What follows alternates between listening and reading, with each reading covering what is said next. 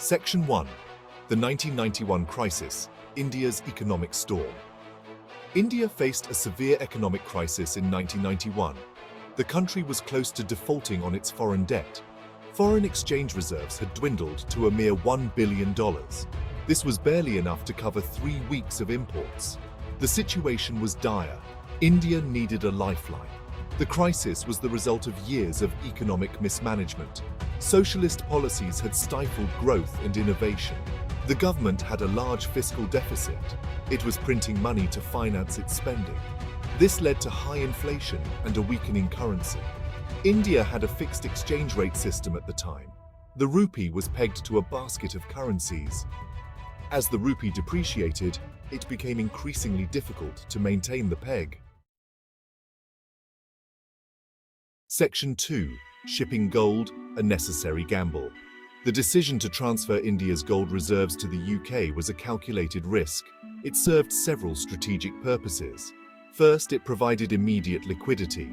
India needed hard currency to meet its debt obligations. The gold loan provided a lifeline. It gave the government time to implement economic reforms. Second, it instilled confidence in international lenders. Sending gold to London signaled India's commitment to repay its debts. It demonstrated a willingness to take extraordinary measures. The IMF loan paved the way for further assistance from other multilateral institutions. Third, it potentially offered better interest rates. Storing gold in a reputable vault like the Bank of England carried a cost.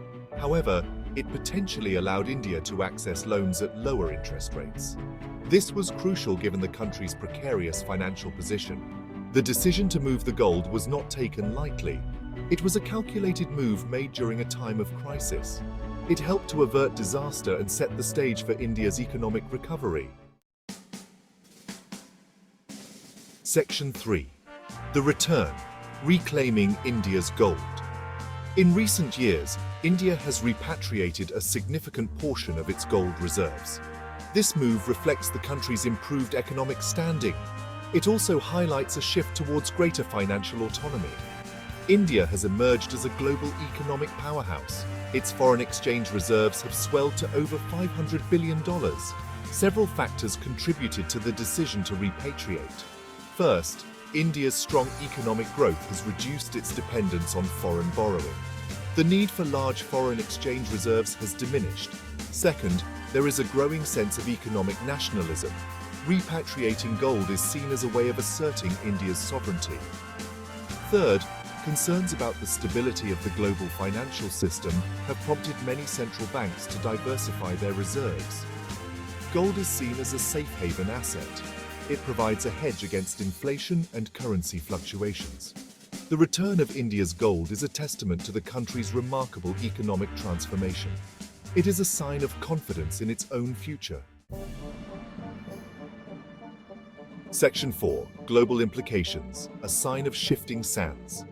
India's decision to repatriate its gold has wider implications. It reflects a broader trend of central banks diversifying away from the US dollar. Countries are seeking to reduce their reliance on a single currency. This has implications for the future of the international monetary system. The US dollar has been the world's reserve currency since the end of World War II. This has given the United States enormous economic and geopolitical power. However, the dollar's dominance is being challenged.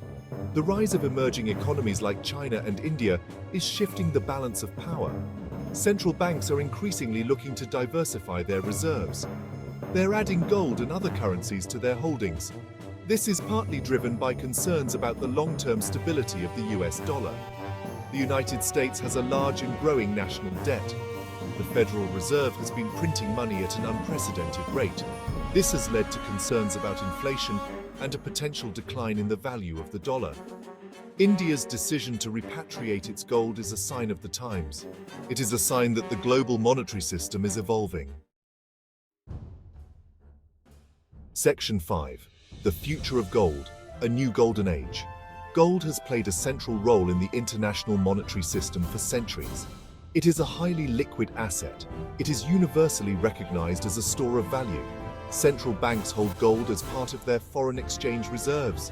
Investors view it as a safe haven asset. The future of gold is likely to be shaped by several factors. These include global economic growth, inflation, interest rates, and geopolitical risks. The demand for gold tends to rise during times of economic uncertainty. Investors flock to safety. Gold is a tangible asset. It is not subject to the same risks as stocks and bonds. Central bank gold purchases are likely to continue. This will provide support for the gold price. Some countries, like Russia and China, are actively accumulating gold. They see it as a way to reduce their reliance on the US dollar. They also view it as a hedge against geopolitical risks. The world is moving towards a multipolar system. No single currency will dominate. Gold is likely to play an increasingly important role. It will act as a neutral reserve asset. It will facilitate trade and investment between nations. It will provide stability in an increasingly uncertain world.